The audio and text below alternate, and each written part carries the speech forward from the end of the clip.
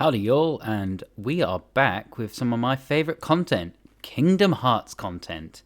And this time it's a interview with Nomura for, I think it was Young Shonen Jump or something? Young Jump, sorry, there we go. So, let's see if this has got some interesting information regarding Missing Link in Kingdom Hearts 4. So, let's dive in, but let's start off with many thanks to the translator. So it's Ryuji of KH13. So thank you very much. So, first question we have up is, many of your works have complex settings, but how do you manage to bring them all together for when you have to record the voice lines? Nomura's response is, honestly, I don't think they understand everything either on the day of recording. When the staff, other than myself, explain the settings and characters to the voice actors during recording, they sometimes ask me to confirm if it's okay to do it like that, and there are times when I have to say, no, it's not okay. But there's no way around it, because I'm the only one who understands the parts of the characters that haven't been drawn, so I'm the only one who can think about the complex story in all the different directions it could go. On the other hand, I also actively encourage the staff to question and point things out to me. Now, this is an interesting one in that he seems to be saying that he is the only one who fully understands the characters, which is, well, it's how he runs things. He basically is the Kingdom Hearts guy.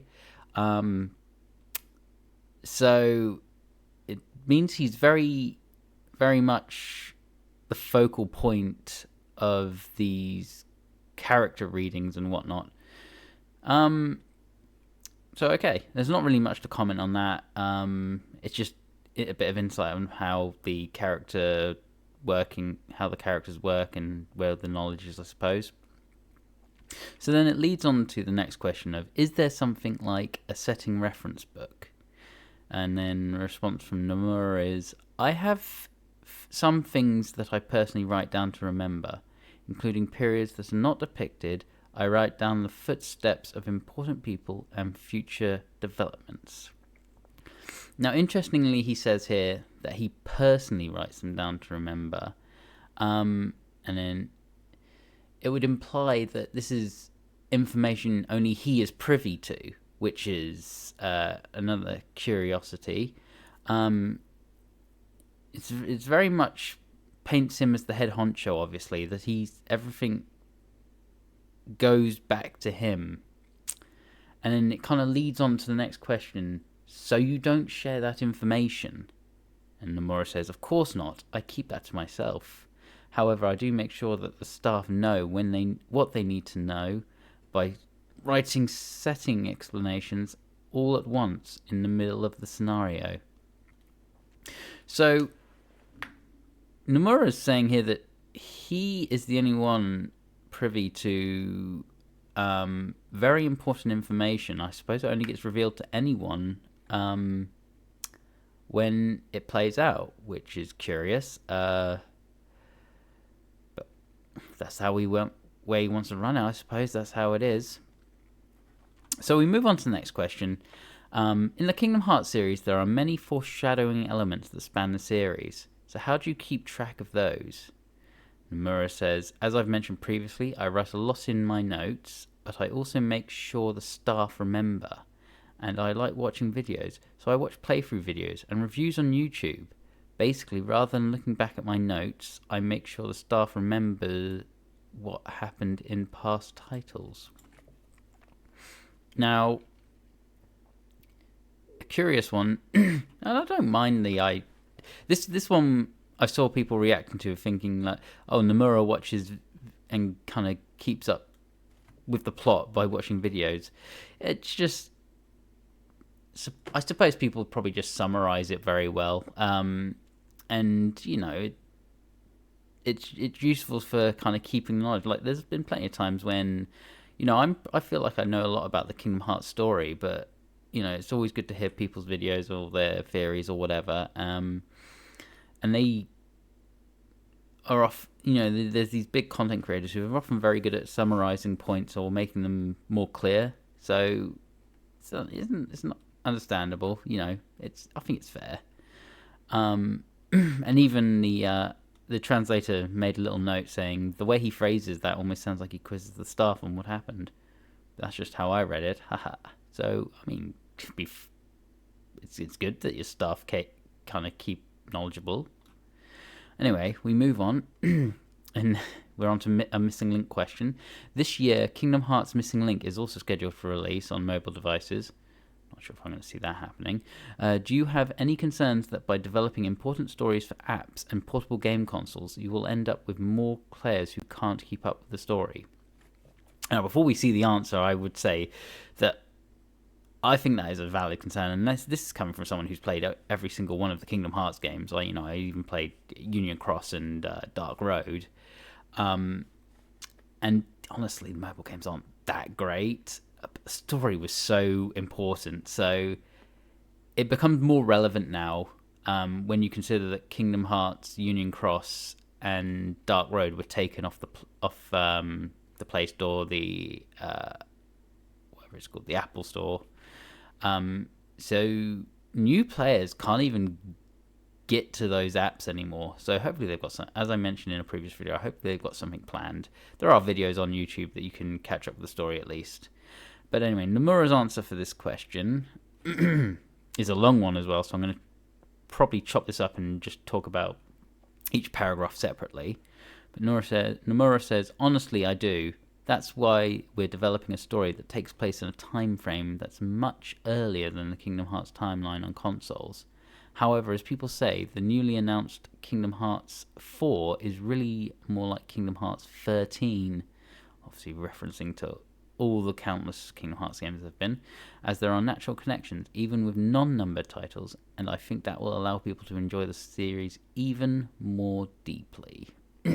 So that's the first paragraph, and I would just point out, it's a fair point about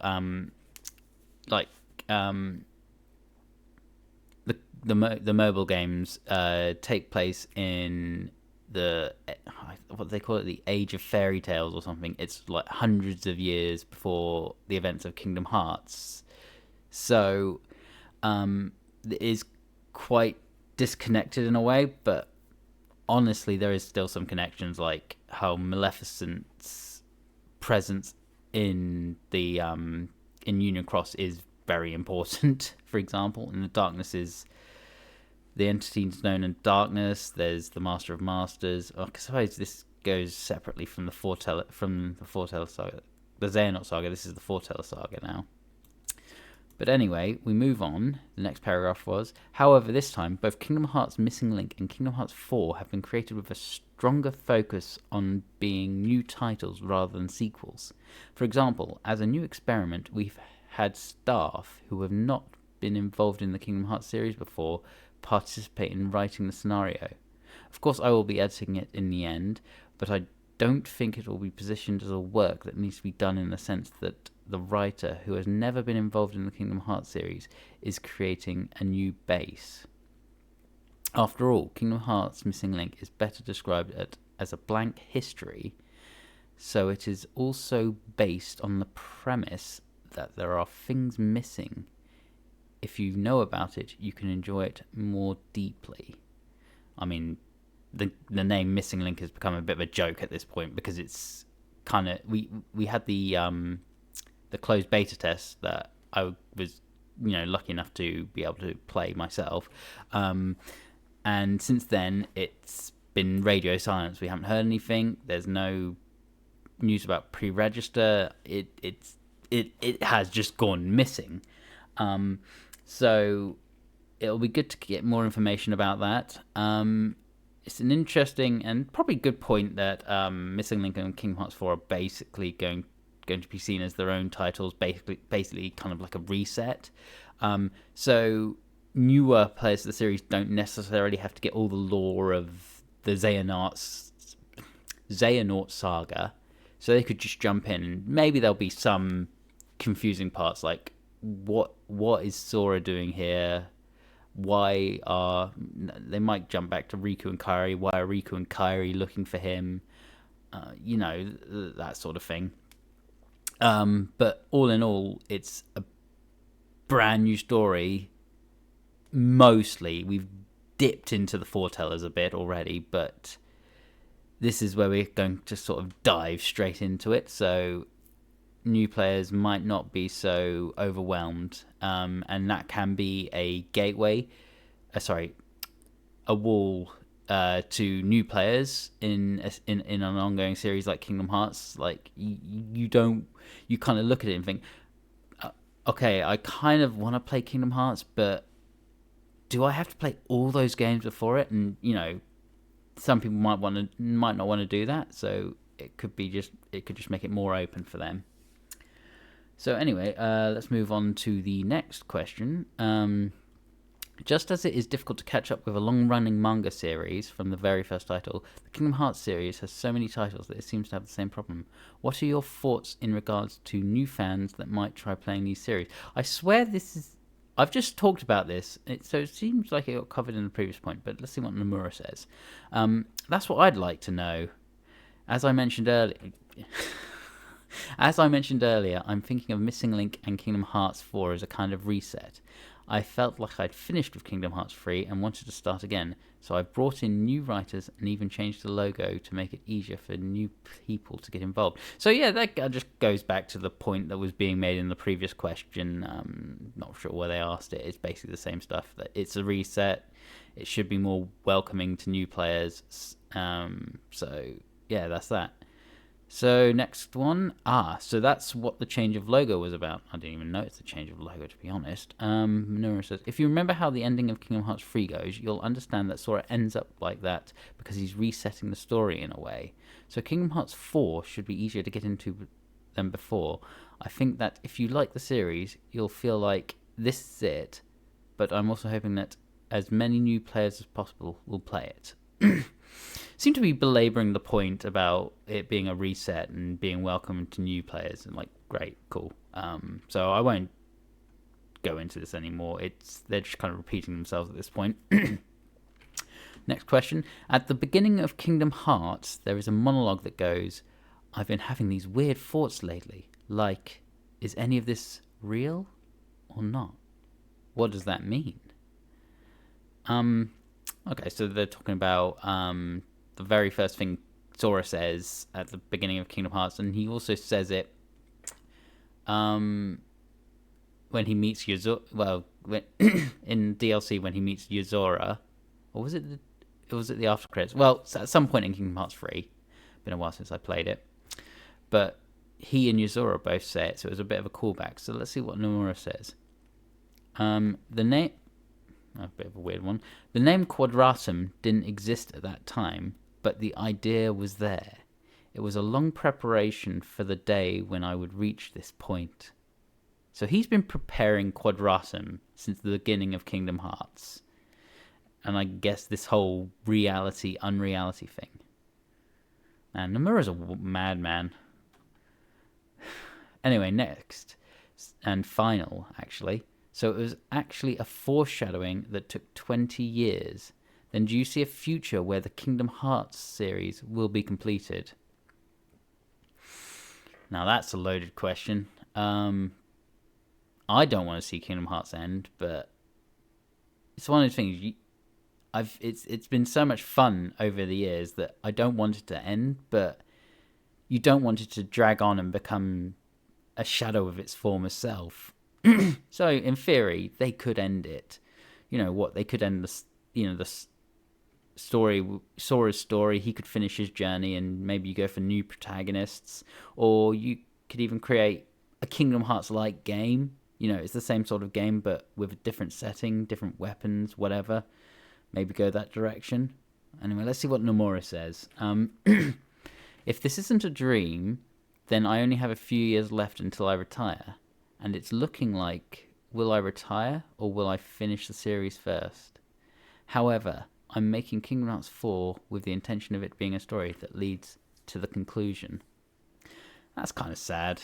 I looked up his age after I saw the answer to this one, and he's shortly going to be turning 54. It kind of didn't appreciate how old he is at this point.